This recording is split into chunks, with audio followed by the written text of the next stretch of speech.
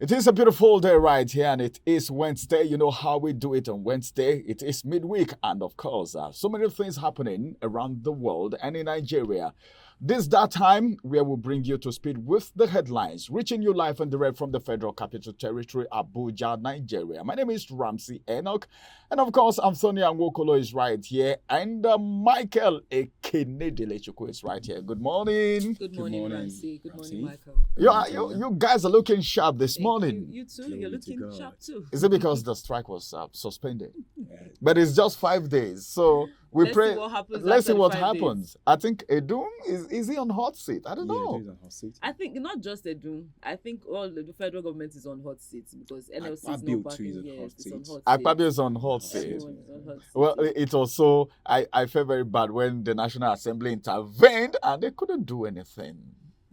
Well, let's bring you to speed with the headlines that we have for the day, where you get more detailed information added to what we just said from the Punch newspaper. Sell crude to Dangote Refinery. Federal government directs IOCs. Details read on page 21. Naira may settle at 1,450 naira to $1 by December. Fish rating is the one saying that. Details still read on page 21. Local government funds, that's the kicker. Reps back federal government suit against governors. Details read on page 29. 30 governors spent 968 billion naira on refreshment orders in 3 months, according to report.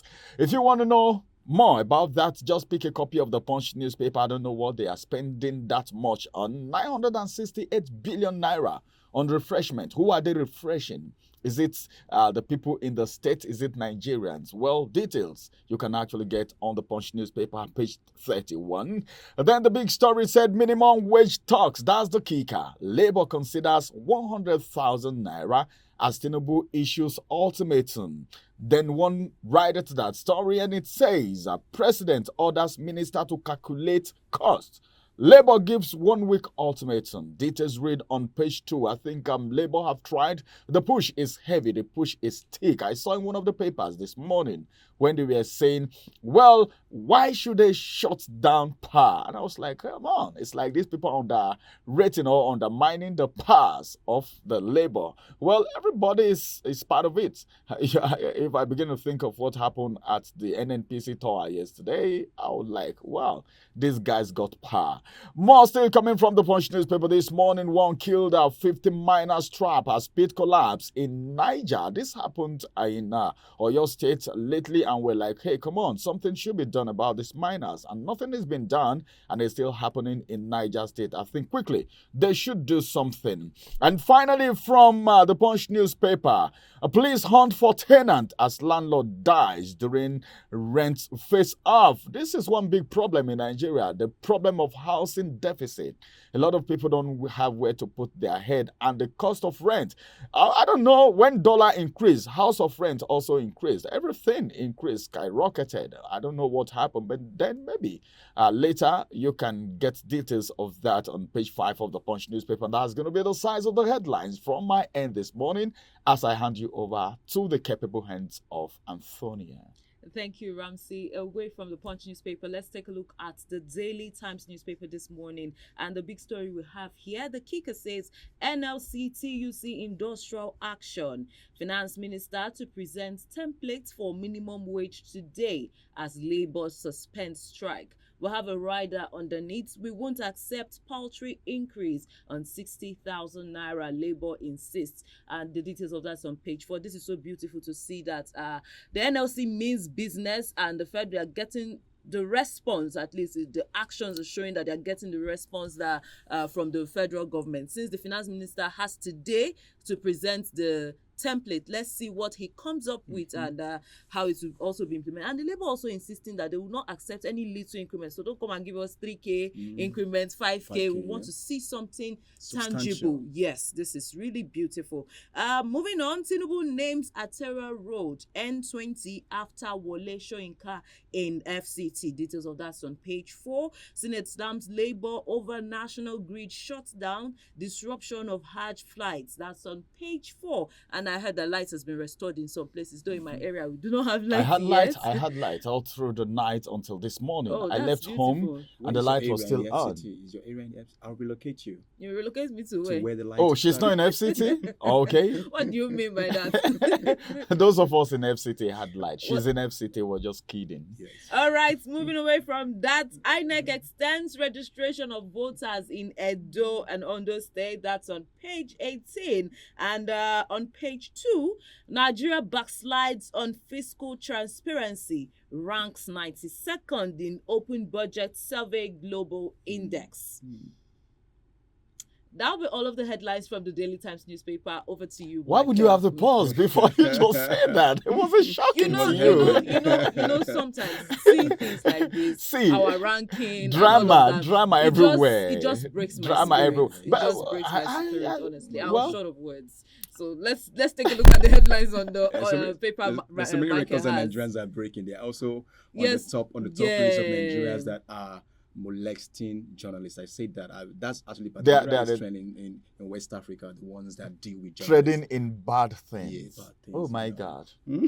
These are But this countries. does not rule out the fact that some Nigerians are actually breaking records, Yeah, yeah. breaking Yeah, we'll records break and good doing records, yeah? things. Yeah, we'll Yeah. break records. Our athletes break But records. bad news, And when you see things like that, bad Yeah. news is always bad news. There's just the way he makes you feel. Oh, but more of Nigeria. bad news, yeah. economy, everything down, That's why I down. was silent. Thank you, Antonia. We'll move straight to the Nation's newspaper.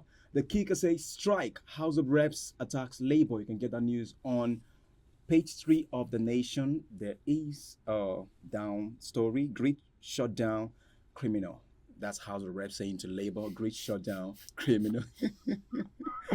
They kept on Nigerians in blackout. A little bit small thing. Well, that's to tell you of how serious these Yes, guys because are. if they don't do it, you won't take them Take them seriously. seriously. Can You I think tell you it's all something? back and no bite. I was even surprised when that happened because it's in rare cases. It doesn't happen all the time. Shutting down almost big sectors. almost every sector. Yesterday, we saw when it was written in one of the papers that the economy was grounded, because economic activity is grounded because of the strike action. The power of the masses. Personally, I felt this strike, unlike the ones they've had, because of the power supply thing, All right, straight to the next story on the Nation newspaper. 1 million CNG buses will cut 50 million litre petrol used by 20%. Government to save 4.4 billion yearly, $4.4 billion actually, not naira, yearly. That's on page 3 of the Nation newspaper. The next story, Owando's 104.1 billion naira profit rallies investors on page 12. NAMA seeks retention of more revenue for operations. You can get that just on page 7 of the Nation. The big story says Edu to present new wage templates. That's to the Labour Congress, new wage template. Let's see if it's favorable. It's not easy to be On the hot seat? on the hot seat. Like Edu and Akpabio. But then the timing is it not short? I don't know. 3 days. Did you see that video where a honorable member was firing Akpabio? You are not our God. You did not bring us here. Latest, you give me suspension. Did you see that? That was interesting. Yeah, Ninge returned. Ninge is back. Ninge Now, is seeing back. all of When you this- talking about suspension, I remember Ninge. Ninge. But things can go under the carpet. Do you know that up to now we didn't hear anything about the pardon? Yeah. The pardon thing that I talked about. Nigerians Well, can sweep this it is up under the Nigeria. carpet. This is Nigeria. This is yeah. Nigeria. Oh All my right, God. still on the Nation, you will see a picture of Bola Ahmed Tinubu, GCFR, commissioning of the extension of the Inner Southern Expressway from the Outer Southern Expressway. That will happen on 15th of June. The venue is Essex USS Bridge. Time is 1 p.m. There's also a picture of Barrister Nyesom Wike after the commissioning that happened in Abuja. We have also the picture of Dr. Maria Mohammed, Honorable Minister of State, FCT. You can get that on the Nation. Just pick the Nation and get this whole gist happening. And over to you, Ramsey. All right, thank you very much, Michael. Quickly, let's peruse through the last paper that we have for today, which is The Guardian. Let's see how we will be guided by this paper. World Environmental Day, that's the kicker. How illegal mining, deforestation, others leave Nigerians poorer. Details read on page 6. Moving away from there, NGE condemns increasing spate of journalist abduction. The details read on page 2. Osun APC expels Aregbesola, wants members against associating with ex-governors group. Details read on page 7. The Senate tackles labor over blackout. Hajj flight disruption. Details read on page 3. Bandit adult varsity lecturer family in Castina. Details read on page 28. The adoption is still happening. I don't know why all this is still happening in the midst of the heat Nigerians are facing. More still coming from the Guardian newspaper this morning. Strike, that's the kicker. Tinubu blinks, gives finance minister 48 hours to table action plan. Details read on page 6. I think I like this. I think all the ministers should be given some form of assignment to actually serve as a litmus test for them. Let's see how good they are. Let's see what the template is really going to look like. But Labour is saying, don't give us the usual one, 3,000 naira increment. It's a no-no for us. IGP wants senior officers against extorting personnel over promotional interview. Details read on page 9. And finally, from the Guardian newspaper, INEC extends CVR exercise, captures 120,458 new voters in Edo and Ondo State. Remember, election about to hold the election in Edo State is taking a long tour right now, looking like it's a presidential election. I don't know why it's that tough, but then let's see what will happen. I think INEC, I don't know, but then the belief and trust in INEC, I don't know, dropped after the 2023 election, according to what people were saying anyway. Let's see what will happen in Edo and Ondo State. And that's the last from the Guardian newspaper this morning. And of course, we are bringing the newspaper review to a close right now. Let's go on a quick break. When we return, we'll bring to you the big story. And the big story is really big this morning because we're going to talk about something. CNG buses about to come out. Then fuel consumption will be reduced. But then, what is happening to Dangote Refinery? Are you aware of what's happening there? You'll get to know more after this break. We'll be back. Follow us on our social media handles at Oweleke TV. Visit our website at www.oweleketv for a thrilling journey. Oweleke TV, rising star at the fairground.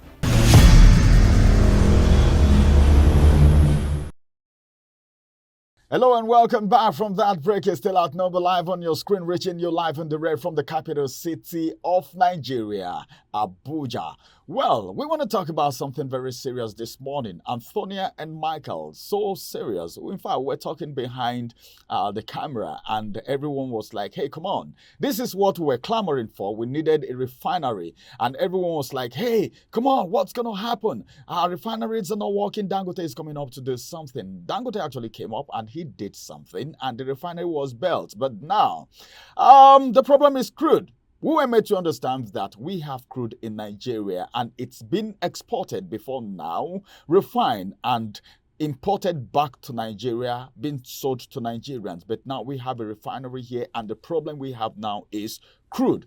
As a matter of fact, in an interview that just happened with CNN, Aliko Dangote said international oil companies in Nigeria were not ready to sell crude oil to the 650,000 barrel capacity oil refinery. According to him, the international oil companies were used to exporting crude for foreign exchange and they were not ready to stop, meaning they prefer selling to foreign exchange than selling to Dangote so that we can have fuel. So I don't know why that has to happen. According to the initial detail that we had, it was being said by the regulatory authority, those who regulate it, the Nigerian Upstream Petroleum Regulatory Commission, said they are trying their best. They are doing everything and they have told IOCs to sell to Dangote, but then it's looks like some form of game, because a question was asked, is there any sanction for refusing to sell to Dangote? And they declined answering that question. So looking at it, now every Nigerian were thinking, well, the coming up of this refinery by Dangote, after the refinery, at least the effect of fuel scarcity will be reduced at least to a minimal level, but right now, this is where we find ourselves. Now, we have a refinery, there is no crude. But before now, we had crude, no refinery. So what's playing out right now? Let's get to hear from you, Michael. Mm-hmm. Before it was refinery, no crude. Yeah. Now it is refinery available, crude is not there. Now, no crude, refinery is available. I think it's an act of some unscrupulous elements from the IOCs that are benefiting from the export of crude, because Dangote talked about 21 ships going out of this country every month. And when the calculation is done and permutations are done, we have about 480 ships in and out of Nigeria and Angola every month. So they're making so much from that. 480 ships. Imagine how much is spent. And he's trying to curtail this. In fact, to stop this, we have a refinery that says, okay, oil between and Nigeria comes and we refine it, distribute this product easily to every nook and cranny of the country simultaneously. So we don't have to export and import. Exporting 21 ships goes out of Nigeria, apart from the one that goes out from Angola. We all know that. And so much, how much do you think the federal government spends in one ship that goes out every day? Let's talk about this thing to fuel the ship. And how much it takes the ship, the cargo, and everything in it for it to go out. 21 every month. So when I say this country is so rich and blessed, I mean, that's what we're talking about. And Dangote comes and says, if I knew what it entailed from the onset, I wouldn't have started it. He made that comment. He's actually saying that it was very tough. He's regretting already. Yeah, he's regretting already because they're trying to frustrate him. International oil companies, right? IOCs.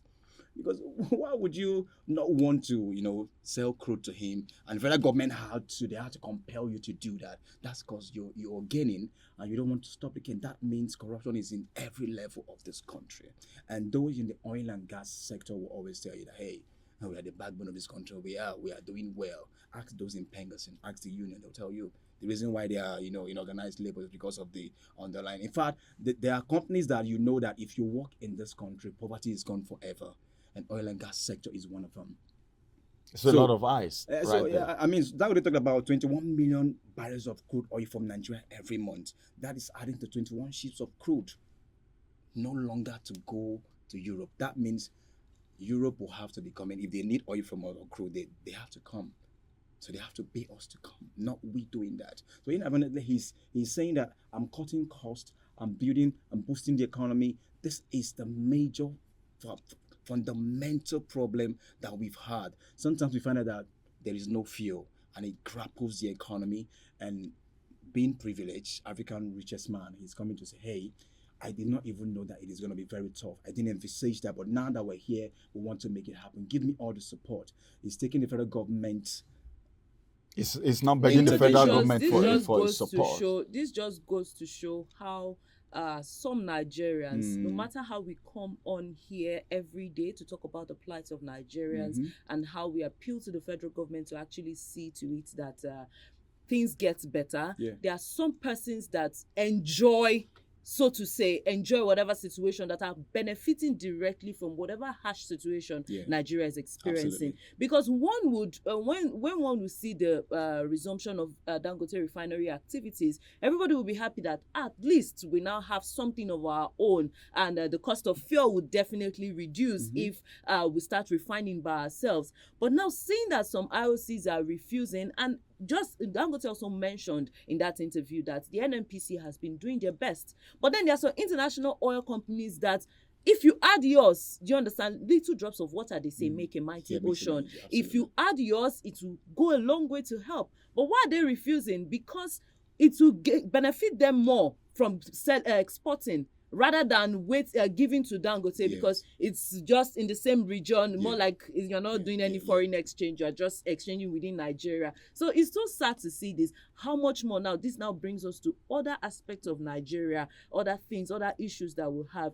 It's a pointer to show that there are some persons that are actually benefiting from each and every thing that we're complaining of. And they are the reason why things have not changed. It is conspicuous. No wonder a Imagine. government official came up to say, well, subsidy was not removed. Was it Erufai or someone? Yeah, Erufai mentioned said that subsidy was not really removed. That it was just So I think Tinubu some just said things- it, and they were still paying for Yeah, it still up paying for until it. now. Some things So playing out now. yeah. It's a pointer to To some show of that the this is what statements is that going been made. on. Because some Nigerians were like, well, Erufai is actually not happy that it's not part of this administration, and that's the reason he's coming up to say all of that. But then there are pointers to this statement. And as a matter of fact, this government came into office, and the first thing they told us is that subsidy is being removed. Then they promised that Port Harcourt Refinery was going to start working by December.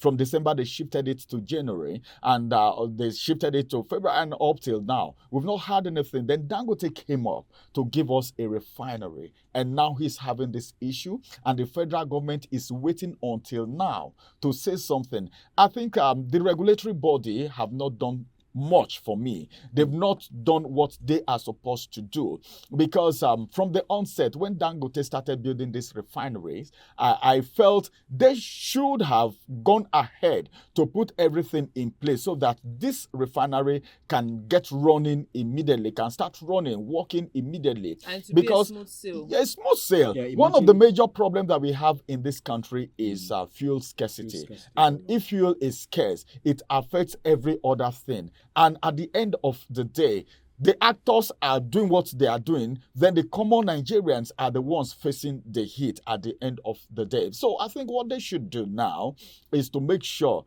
IOCs give supply crude to Dangote, irrespective of how much they make, exporting it. All right, because we are in Nigeria here. We don't say they shouldn't export here, but Dangote should have enough. All right, Dangote should have enough. It should be a priority. It should be number one prioritized, priority. And I don't know. That's Why right. should IOCs be more powerful than the federal government when they are operating in this country? I could remember on politics and policies when we had some of our guests coming to talk about the issue some persons were having with Shell. I don't know if you remember on politics and policies. And we were talking about the fact that these people are in Nigeria here, and they shouldn't mesmerize, they shouldn't at least do things to affect the economy negatively, because if the economy is good, they also benefit from it, and they are making so much from Nigeria, so they shouldn't push Nigerians to the wall like this. But then will you blame them? To answer I your think question. it is the people in power that we should be blaming, because they gave them the grant and they gave them the opportunity to do that. Why should IOC be coming out to say, well, we've Sir, been talking to them and we are talking to them, we are negotiating? To answer that question, Ramsey, that is an instantaneous termination of 24 million barrels importation from the United States of America. Of America. Because Dangote kickstart.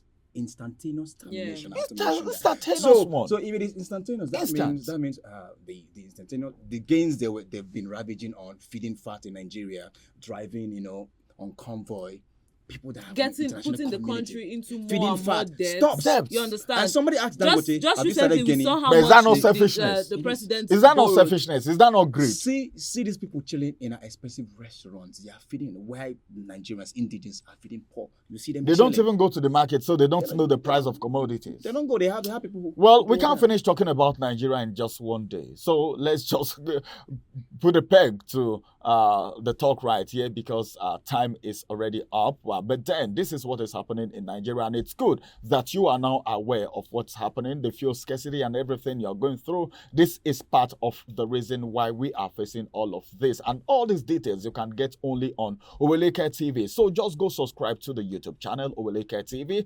After the subscription, put on the notification button so that when vital information, education, and of course entertainment is coming on, you will be the first to be notified. We'll come on your way again, same time, same station tomorrow. My name is Ramsey Enoch. Bye-bye for now.